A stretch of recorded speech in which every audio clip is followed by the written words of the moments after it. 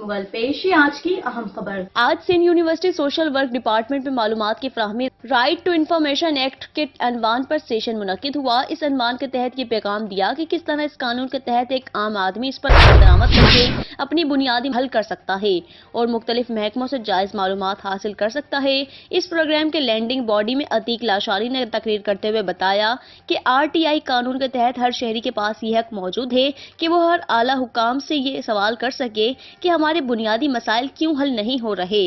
हमें चाहिए कि इस कानून के तहत अपना हक इस्तेमाल करते हुए मुआशरे में कुछ सुधार लाएं। सेशन में सोशल वर्क और दीगर डिपार्टमेंट के कसीर तादाद में तालिब व तुलबा ने हिस्सा लिया।